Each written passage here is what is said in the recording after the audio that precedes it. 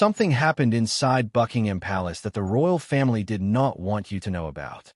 Not a birth, not a marriage, not a ceremonial occasion dressed in gold and broadcast to music millions.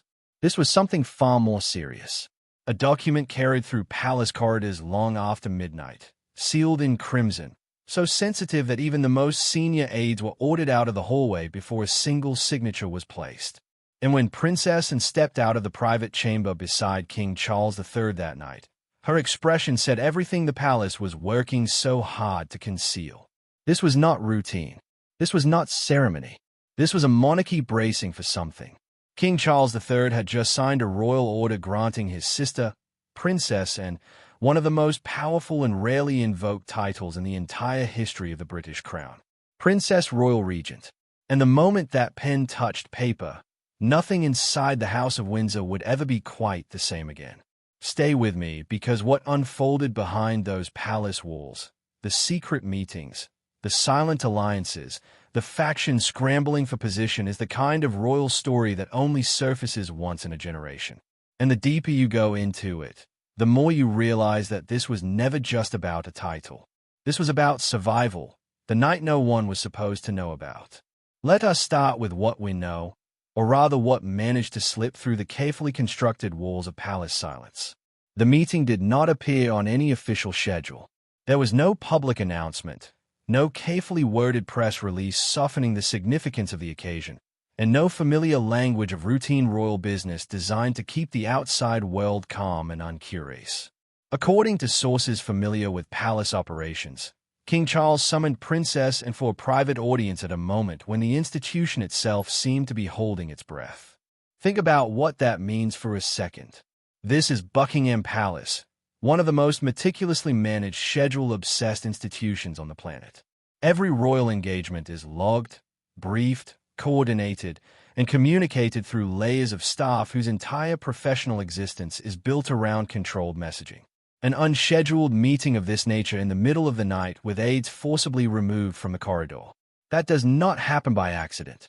That happens when someone inside the palace has decided that what is about to occur cannot risk being witnessed by the wrong eyes.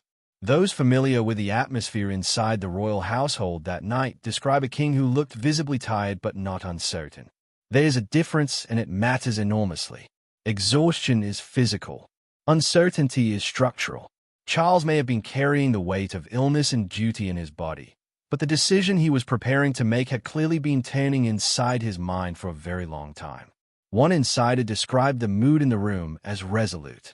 The kind of resolve, they said, that only appears when a person has stopped asking whether a difficult thing must be done and has simply accepted that the time has come to do it. So what exactly was in that sealed crimson dispatch? The document that changed everything. For decades, Sir Timothy Lawrence has existed in the soft margins of Britain's royal world. Present, steadfast, and yet almost invisible. His name rarely appears in headlines. His voice seldom heard beyond palace walls. He is not a prince, nor a man of spectacle. However, those who have closely watched the royal family know that silence in the House of Windsor is not a sign of weakness. It is often a strategy, and Sir Timothy has mastered it. Born in 1955, Lawrence built his life not on glamour, but on discipline. A career naval officer, the sea shaped his path. Calm on the surface, deeply controlled beneath. He graduated from the University of Durham, trained with precision, and climbed through the Royal Navy's ranks with quiet distinction. His colleagues described him as methodical, unfailingly polite, and discreet, qualities that in the world of monarchy are rarer than titles themselves. In the 1980s, his course crossed with destiny. Appointed as an equerry to Queen Elizabeth II, Lawrence became part of the inner machinery of the royal household. He organized schedules, accompanied the Queen on engagements, and learned to navigate the delicate balance between service and secrecy. But it was within this duty that something unexpected happened. He met Princess Anne, the Queen's only daughter, at the time, and was weathering personal storms. Her marriage to Captain Mark Phillips had begun to unravel, and the press swarmed like hawks around every shadow of scandal. Yet within that turbulence, a quiet companionship formed. Timothy Lawrence was different from those around her. Disciplined but kind, reserved but steady. Over time, what began as professional trust deepened into something more personal, more human. By 1992, their bond had become undeniable. That December, in a modest ceremony in Crathykirk near Balmoral, Princess and married Timothy Lawrence. A royal wedding stripped of pageantry defined instead by sincerity. But unlike many who enter the royal circle, he received no title, no princely honors, and no official role. He became simply her husband, a man without crown or courtly rank, standing 2 steps behind yet always beside her. And that is where he remained.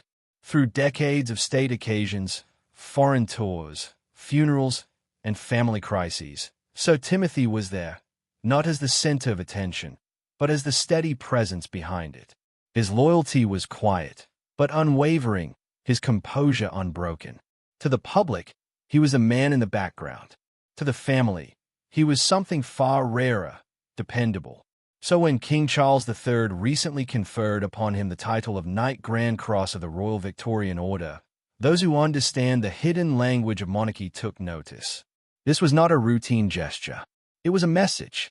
For in the royal world, where every metal carries meaning and every ribbon whispers intent, such timing cannot be accidental. After 30 years of faithful service to the crown, and to the quiet dignity of duty, the man who never sought a title has finally been given one. But whether this marks gratitude, strategy, or something more subtle remains the question echoing through palace corridors. So what hidden message lies beneath this quiet honor? Was it gratitude, a warning, or the start of a deeper royal shift? Keep watching. The love triangle that shaped a dynasty. Long before Queen Camilla stepped into the royal spotlight, another intriguing royal connection was taking shape. One that very few outside palace circles truly noticed.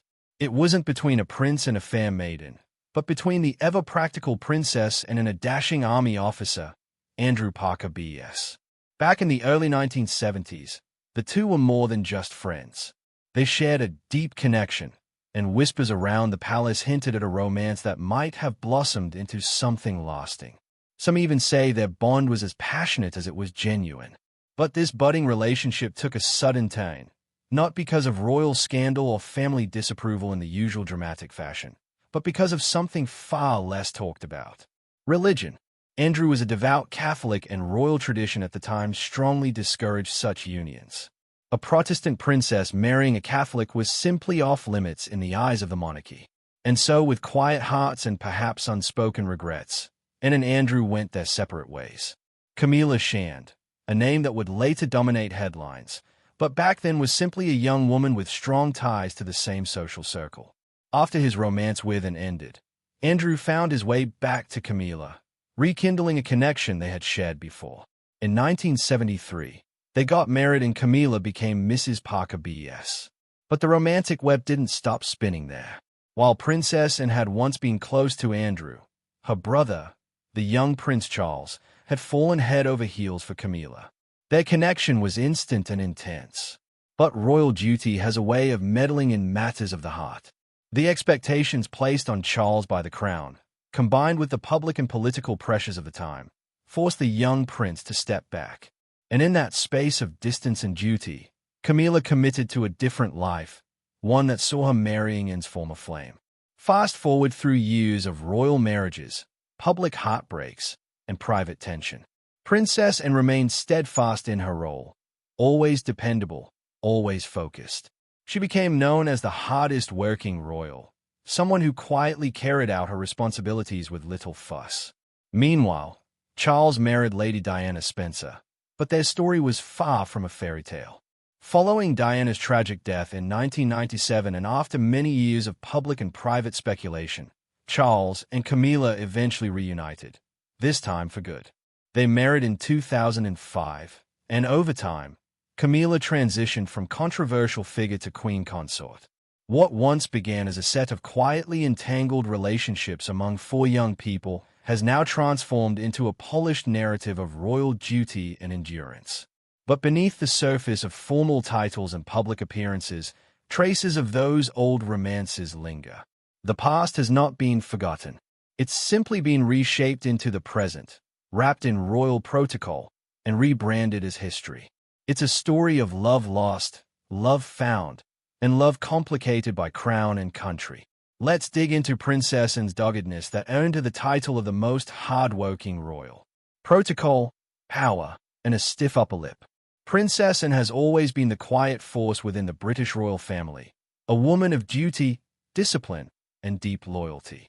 While others have been swept up in headlines and scandals, and has remained unshaken, focused on her royal responsibilities with little interest in drama. Her reputation as the monarchy's non-incensed backbone isn't just a label. It's a legacy she has built over decades of unwavering service. So when her older brother Charles finally married Camilla Parker Bess in 2005 after years of controversy, tabloid whispers, and public disapproval, and didn't cause a scene. True to her character, she remained calm, collected, and composed. But that didn't mean she was thrilled about the union. It wasn't just that Camilla had been the subject of public scandal or that her relationship with Charles had caused heartache within the family. For Anne, the situation was even more personal. Camilla had once been married to Andrew Parker Bess, who also happened to be one of Anne's past romantic interests. That tangled history was impossible to ignore.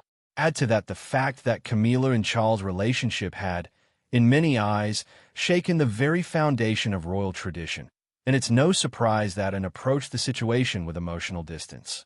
There were no angry interviews or dramatic public scenes. Princess Anne didn't speak ill of Camilla, nor did she attempt to sabotage the relationship. But those close to the royal family observed a quiet chill in the air whenever the two women were in the same room. They didn't clash openly, but they certainly didn't blend naturally either. Anne, known for her strict sense of royal duty and traditional views, found herself face-to-face with Camilla's more relaxed, modern take on life inside the palace. Camilla seemed comfortable breaking away from the rigid expectations that Anne had always followed without question. That difference in mindset was subtle but powerful. One moment in particular seemed to reveal just how deep Anne's feelings ran. After Camilla officially became queen consort, royal protocol would suggest that even Anne, the king's sister, offer a curtsy. But Anne didn't. Whether it was a quiet protest or simply a reflection of their complex history, that decision spoke volumes. It was a small gesture, but one that echoed through royal watchers and insiders alike. And yet, even amid these unspoken tensions, Anne never lost sight of a greater purpose. She may not have embraced Camilla with open arms, but she did publicly recognize her role as a support to King Charles. In appearances together, Anne and Camilla have always maintained a respectful front. They smile when expected, exchange polite words, and perform their duties side by side. Behind the palace doors, however, the atmosphere is more complicated. It's not a soap opera. It's more like a high-stakes chess game where every move is shaped by centuries of tradition, layers of personal history, and the unbreakable expectation of royal composure. Princess Anne and Queen Camilla may not be close, but they both understand the importance of the roles they play. In a world where image matters and every glance can make headlines, their story is one of quiet tension, hidden strength, and the delicate balance between personal feelings and public responsibility. Let's dig into Camilla's quest for acceptance amidst Anne's unyielding beautifulness. The side the world didn't get to see. Princess Anne has always stood out in the royal family. Known for her non-nonsense attitude and tireless work ethic, the 74-year-old Princess Royal is King Charles's most trusted ally. Their bond, which was built over decades, remains one of the strongest in the royal circle. Anne and Charles grew up just 2 years apart and were inseparable as children. They often relied on each other while their parents, Queen Elizabeth II and Prince Philip, traveled for royal duties. Those early years created a connection that only deepened with time. While others may have seen the crown as a burden, and Charles treated it as a shared responsibility, something that tied them together more than anything else. Unlike others in the family, Anne never hesitates to speak her mind. She has earned respect for her courage to say what she truly thinks, even when talking to the king. Charles truly values that honesty. In fact, she is one of the few people he fully trusts. During his coronation, he showed his faith in her by giving her the rare and historic title of Gold Stick in Waiting, a position once meant to protect the monarch during important events. It was more than a ceremonial role. To him, it was a public sign of his confidence in her. Behind closed doors, and is said to be the one Charles turns to when things get heavy. She gives him straightforward advice, even when her opinions go against his plans. Yet, their relationship isn't all about duty and serious discussions. The siblings share a sharp sense of humor that keeps their bond lighthearted. They are often seen laughing together at royal events, teasing each other in public with a kind of warmth only siblings share. During a charity event at Buckingham Palace, and jokingly thanked Charles for letting her use the space, saying with a smile, "It does help." It was a typical mix of wit and charm, turning what could have been a stiff royal event into a cheerful moment. Their closeness often leads to amusing mix-ups. Once during a public event, and was mistakenly introduced as the Prince of Wales. Without missing a beat, she rolled her eyes and said, "There's a worry." Another time, Charles shared that while visiting a care home in Scotland, someone asked if he was the Princess Royal. When and retold the story, she laughed and added, "And I am wearing trousers today." It's these playful exchanges that show the ease between them. Rare in royal life, their friendship has endured through every chapter of their lives. From the excitement of Anne's Olympic days to the sorrow of her mother's passing in 2022. During that difficult time, they stood side by side at public events, comforting each other through understanding.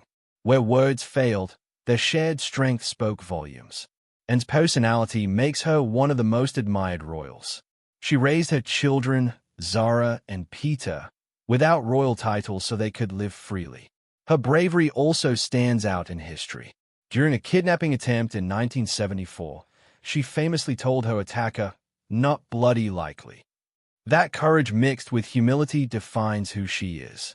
Even the king isn't spared her humor, and reportedly calls her brother Old Bean, a funny, affectionate nickname. But behind the nickname is a man who has endured a lot and made countless sacrifices which only members of the royal family are aware of. How well do you know King Charles without the influence of the crown? A quiet promotion that spoke volumes. It appeared first in a line of print so brief that most readers might have missed it entirely, a routine entry. In the royal court circular nestled among the day's official appointments and acknowledgments. But for those who follow the coded language of monarchy, that quiet announcement carried unusual weight. King Charles III had elevated Sir Timothy Lawrence, princess and steadfast husband, from Knight Commander to Knight Grand Cross of the Royal Victorian Order, the highest possible rank within that centuries-old honor. At face value, it was a formal recognition, the kind that typically passes without fanfare. Yet beneath its polished restraint, the gesture shimmered with deeper meaning. The Royal Victorian Order, established by Queen Victoria in 1896, is unlike any other accolade in the British system. It is not awarded through ministers or committees, nor influenced by political favor or public campaign. It is in essence the monarch's personal acknowledgement, a direct expression of gratitude from the sovereign himself. And so when the king chose to bestow his greatest rank upon his sister's husband, the message was clear. This was not about formality. It was about trust, loyalty, and quiet service.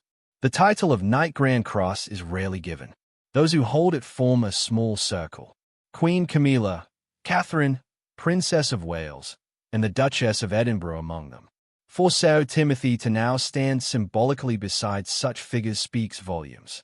It does not make him royal by blood or by duty, nor does it grant new constitutional influence. He remains officially a private citizen. But in royal life, symbolism often outweighs status. Every choice, every title, every ribbon pinned upon a chest tells its own story. And this one feels almost like a whisper of reassurance amid a time of uncertainty. Because the truth is, the royal landscape today is shifting beneath its own weight. Illness, loss, and scandal have thinned the front line of working royals. The monarchy has grown smaller, leaner, more fragile. King Charles is navigating both personal health challenges and the pressures of modern expectations. The Princess of Wales, Catherine, continues her recovery away from public life. Even Anne, known as the monarchy's hardest worker, cannot carry the full weight alone. In such times, those who stand quietly in support, those who embody the unseen stability of the crown become essential.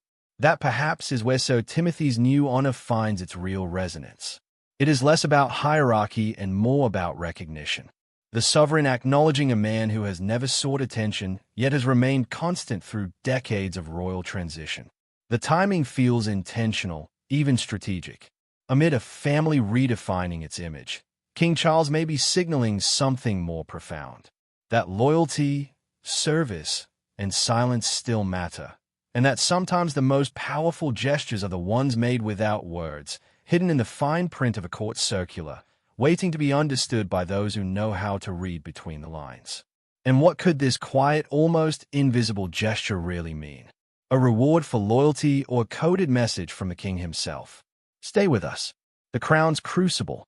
In the quiet and dimly lit corridors of the royal palace, an important and emotionally charged meeting was taking place. One that pulled back the curtain on the deep and often hidden tensions within the monarchy.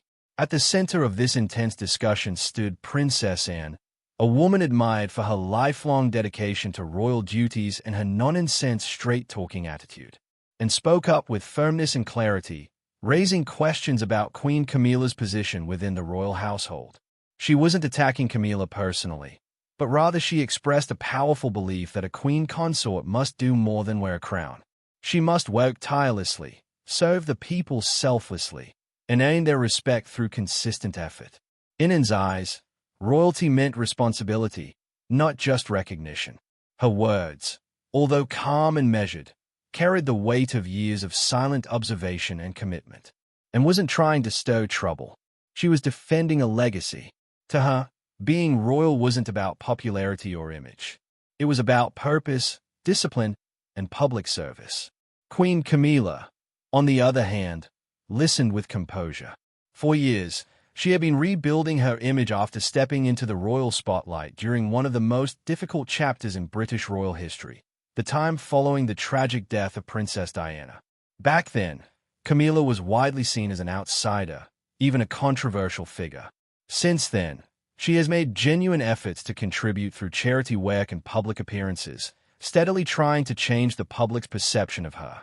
Yet despite all her efforts, full acceptance remained just out of reach. The shadow of the past still loomed large.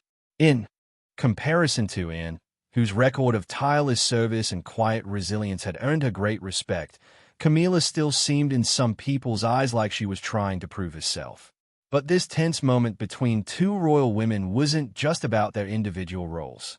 It reflected something much larger, a tug-of-war between tradition and change. Princess Anne stood for the old ways, the idea that royalty is about duty, structure, and preserving age-old values. She believed in a monarchy built on sacrifice and unshakable principles. Camilla, by contrast, represented the complex path of transformation. Her journey into the heart of the royal family was not straightforward. It was filled with public judgment, emotional trials, and years of effort to move from scandal to acceptance. She was the face of a monarchy trying to modernize, more relatable perhaps, but also more vulnerable. This meeting wasn't just another royal conversation. It was a symbol of the monarchy's internal battle to find its place in the modern world. Can centuries-old traditions live side by side with today's demands for transparency, relatability, and emotional intelligence?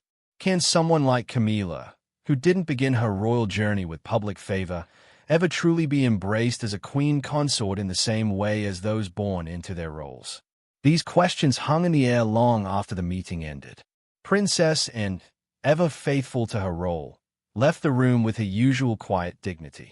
Camilla, poised but perhaps pensive, remained, carrying with her the unspoken weight of expectations and the pressure to continue proving herself.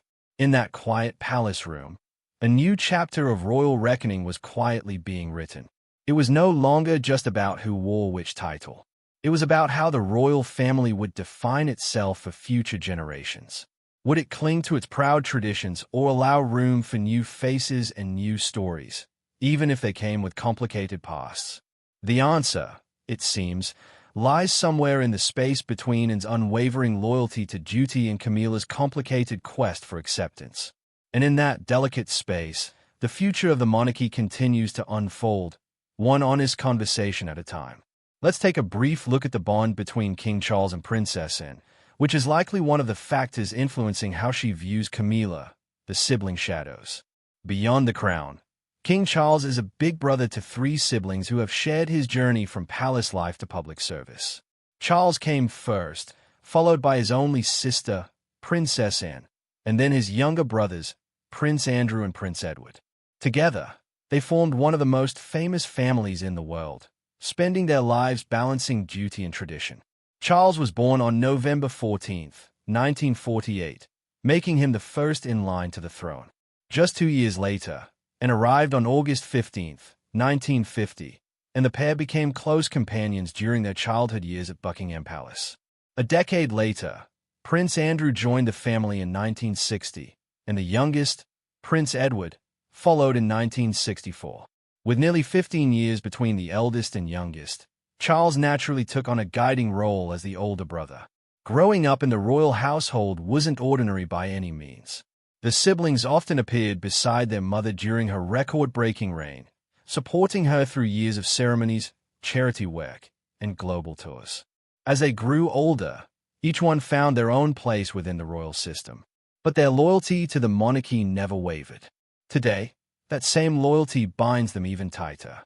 Since King Charles